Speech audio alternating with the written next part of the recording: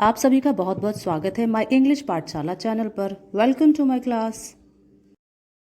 Video में हम dust of snow और फायर एंड आइस के सभी मोस्ट इंपोर्टेंट एमसीक्यूज को याद करेंगे, बहुत ही आसानी से, वो भी एनिमेशन की हेल्प से। पर सबसे पहले 1 या 2 मिनट में इसके सभी इंपॉर्टेंट पॉइंट को शॉर्ट में देख लेते हैं, जिससे याद करना बिल्कुल आसान हो जाएगा। तो चलिए without wasting the time start करते हैं अपना वीडियो। डस्ट ऑफ स्नो, इस पोएम के पोएट हैं Robert Frost. Dust of snow का मीनिंग होता है पार्टिकल ऑफ स्नो, यानी कि बर्फ के कुछ कण। और ये डस्ट ऑफ स्नो रिप्रेजेंट कर रहे हैं हीलिंग पावर ऑफ नेचर, यानी कि प्रकृति की जो हील करने की पावर है उसे। पोएट का मूड किसी कारण से खराब था, उदास था पोएट, और उसी उदासी में वो घर से बाहर निकल पड़ते हैं।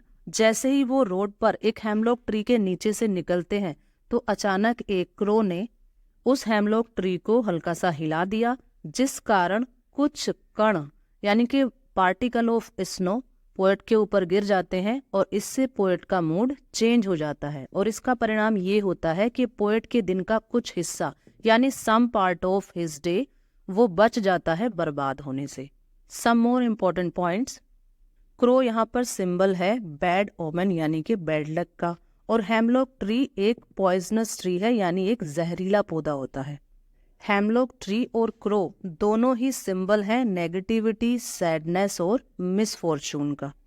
इस पोएम की राइमिंग स्कीम है ए बी सी डी।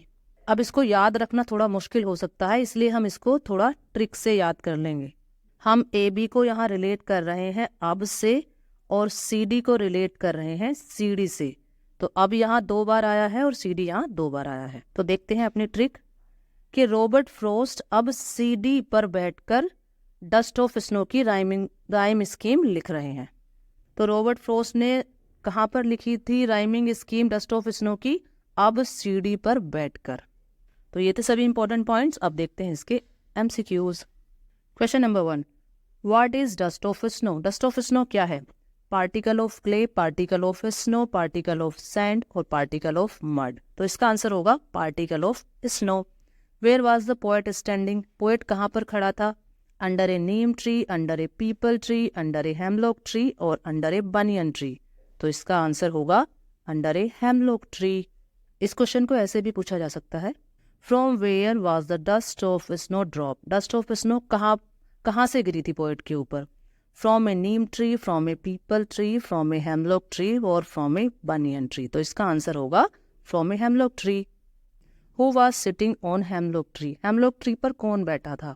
ए स्पैरो, ए पैरट, ए पीकॉक और ए क्रो। तो इसका आंसर होगा ए क्रो। एक क्रो बैठा था हेमलॉक ट्री के ऊपर। What did the crow drop on the poet? कौए ने कवि के ऊपर क्या गिरा दिया था? Dust of clay, dust of snow, dust of sand और डस्ट ऑफ मड। तो इसका आंसर है डस्ट ऑफ स्नो, यानी कि बर्फ के कणों को गिरा दिया था। और ये ऐसे भी पूछ सकते हैं question, how did the crow change poet's state of mind? कौए ने किस तरह से कवि की स्टेट ऑफ माइंड को चेंज कर दिया था? By making a sweet sound, by flying around him, by shaking down the dust of snow from hemlock tree और नन ऑफ दीज। तो इसका आंसर है by shaking down the dust of snow from hemlock tree. What uplifted poet's mood? Poet के mood को किसने change किया था? Falling of snow on his shoulder, hemlock tree, crow और नन ऑफ दीज। तो इसका आंसर होगा falling of snow on his shoulder. यानी कि ये क्वेश्चन कैसे भी पूछा जा सकता है, तो आप कंफ्यूज मत होइएगा। What is the poet state of mind earlier और how was his mood? Poet की स्टेट ऑफ माइंड पहले कैसी थी या उसका मूड कैसा था? हैप्पी, प्लीजेंट, सैड और डिप्रेस्ड और नन ऑफ दीज। तो इसका आंसर होगा सैड और डिप्रेस्ड। पोएट पहले उदास था। The way a crow shook down on me the dust of snow from a hemlock tree. Who is the poet of these lines? इन line को किसने लिखा है? Robert Frost, Leslie Norris, Adrienne Rich और Robin Klein. तो इसका answer होगा Robert Frost. Next, what was saved for the poet? Poet के लिए क्या बच गया था?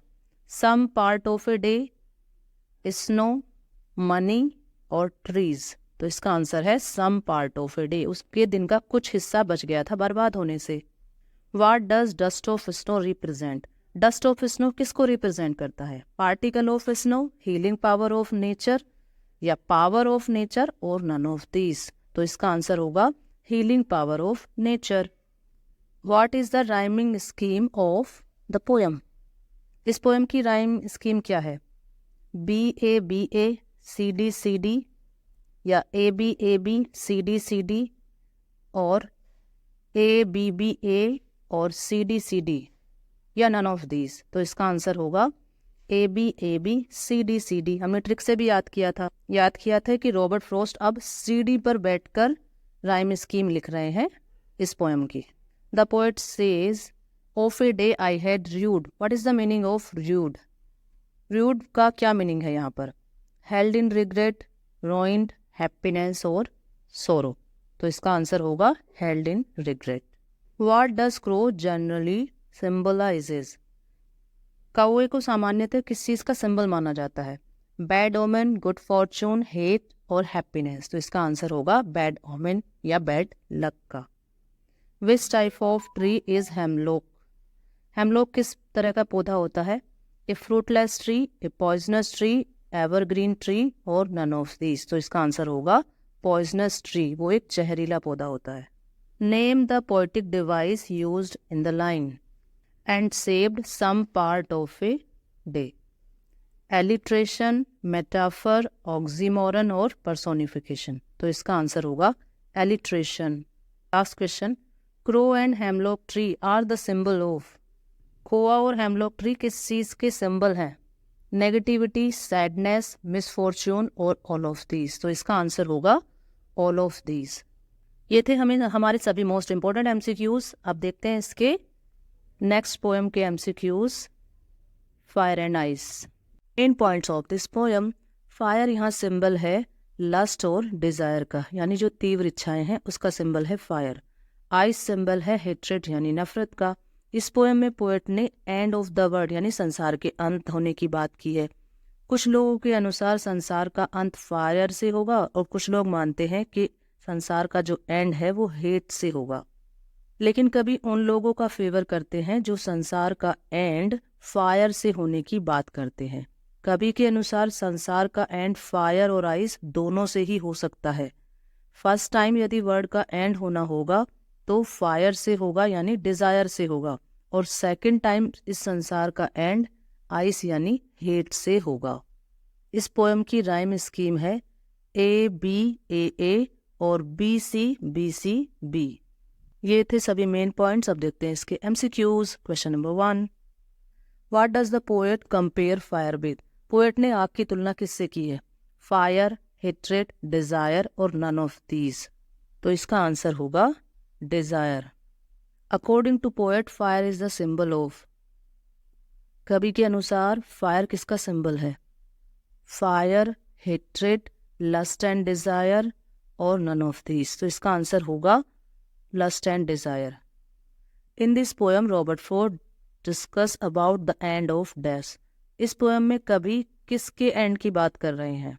ह्यूमन बीइंग, क्रिएचर, वर्ल्ड और यूनिवर्स? तो आंसर है वर्ल्ड।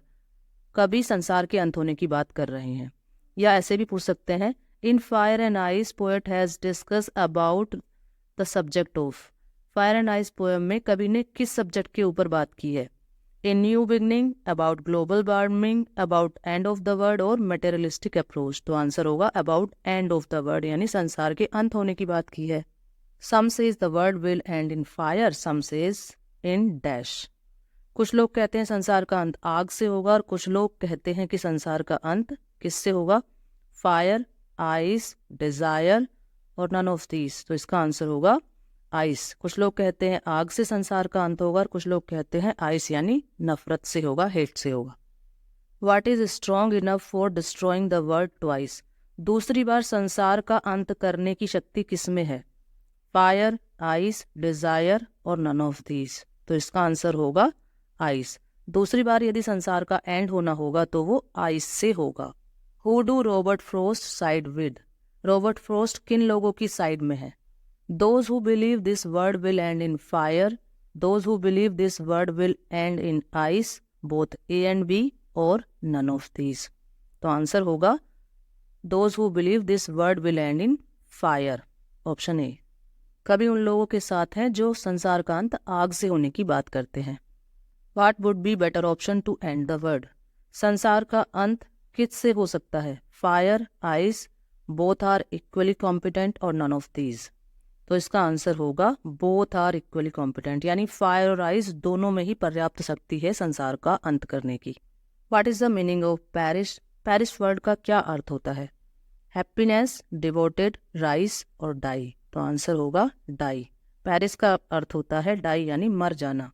आप इसको रिलेट करके याद कर सकते हैं। पेरिस आपने सुना है, लंदन, पेरिस, तो पेरिस में जाकर लोग मर जाते हैं। बस ये ट्रिक है याद करने के लिए। How many prediction does the poet make for ending of the world, संसार के अंत के बारे में पोएट ने कितनी भविष्यवाणियां की हैं, 1, 2, 3 और 4। तो आंसर होगा 2। कवि ने 2 भविष्यवाणियां की हैं या 2 प्रेडिक्शन की हैं संसार के अंत के बारे में। I hold with those who favour fire, in this line the poet is taking the side of those who says dash. इन लाइनों में कवि किन लोगों का फेवर कर रहा है, the world will and with ice, the world will never and, the world will end in fire और नन ऑफ दीज। तो इसका आंसर होगा the world will end in fire. कभी उन लोगों के साथ है जो कह रहे हैं कि संसार का अंत आग से होगा। But if it had to perish twice, I think I know enough of hate to say that for destruction ice is also great and would suffice. What is the name of the poem and poet of this line. इन पंक्तियों के इस poet का क्या नाम है और ये किस पोएम से ली गई है, Robert Frost, Leslie Norris, Adrienne Rich और रॉबिन क्लेन। तो इसके पोएट हैं रॉबर्ट फ्रॉस्ट और इसको लिया गया है फायर एंड आइस पोएम से। What is the rhyme scheme of the poem, इस पोएम की राइम स्कीम क्या है। तो इसका आंसर होगा A B A A B C B C B. Which poetic device has been used in this line, some says the world will end in fire. इस line में किस poetic device का प्रयोग किया गया है, एलिट्रेशन, मेटाफर, ऑक्सीमोरन और imagery. तो इसका आंसर होगा इमेजरी, यानी कि कल्पना की जा रही है कि संसार का अंत कैसे होगा। What is the meaning of suffice, suffice word का क्या मीनिंग होगा, हेट, सफिशिएंट, श्योर और डिस्ट्रॉय। तो इसका आंसर है सफिशिएंट। कवि ने यहाँ सफिशिएंट को सफाइस लिखा है, तो ये आसान ही है, आप रिलेट करके आसान से याद कर सकते हैं। Why do some people say that the world will end in ice, कुछ लोग ये क्यों कहते हैं कि संसार का अंत आइस से हो जाएगा। Because the hatred among the people is increasing day by day, because the love among the people is increasing day by day, both A and B और नन ऑफ दीज। तो इसका आंसर होगा A, because the hate among the people is increasing day by day, क्योंकि लोगों के बीच नफरत दिन प्रतिदिन बढ़ती ही जा रही है। ये थे हमारे डस्ट ऑफ स्नो और फायर एंड आइस पोएम के सभी मोस्ट इंपॉर्टेंट एमसीक्यूज। इन सभी को अच्छे से याद कर लीजिए, लगभग इन्हीं में से आपके सारे क्वेश्चन आ जाएंगे। और यदि वीडियो हेल्पफुल रहा है तो हमें मोटिवेट करने के लिए चैनल को जरूर सब्सक्राइब करें और शेयर करना इसको बिल्कुल ना भूलें। Thanks for watching the video, मिलते हैं नेक्स्ट वीडियो में and best of luck for your exam. Bye and take care.